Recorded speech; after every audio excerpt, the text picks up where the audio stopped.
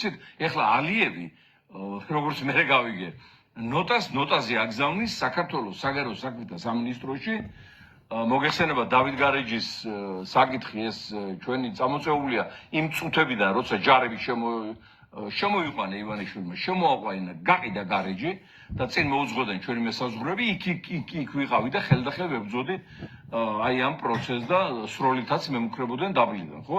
და იმის შემდეგ, რა თქმა უნდა, პერიოდულად ამას ვახსენებთ საქართველოს და მსოფლიოს საზოგადოებას, რომ ასეთ რამე მეზობლობაში არ უნდა ხდებოდეს, რომ ეს არის ქრისტიანული ქართული კულტურის ძეგლი და მისი დაპყრობა და ოკუპაცია ეს არის დანაშაული საშინაო და საერთაშორისო სამართალთან და ნორმებთან და ზნეობასთან და ჩვენი დიდი ურთიერთობის ისტორიასთან, ხო? ხო და იმ ნოტებში ეს ალიევი ითხოვს პასუხისმგებაში მიცემას ჩემი. სხვათა შორის ეროვნული შუღლის გაღვების გამო, რა ჩვენში ეროვნული შუღლი. ალიევმა მოინდომა ნაპოლეონობა და ბონაპარტობა რეგიონში და დაჯდა ლიდერად. და მე მოეწონა გარეჯი და მისი ისტორია მიიტაცა და განაცხადა, რომ ქართველების კი არა ალბანელებისაა და ამის წინააღმდეგ ხმა ამოიღე მშვიდობიანად. ეს რამე შეუკავშირდება ჩვენს მოძმე აზერბაიჯანელ ხალხს და რამე შუქს აღვიებს, იქ რო ყოფილიყო ისლამური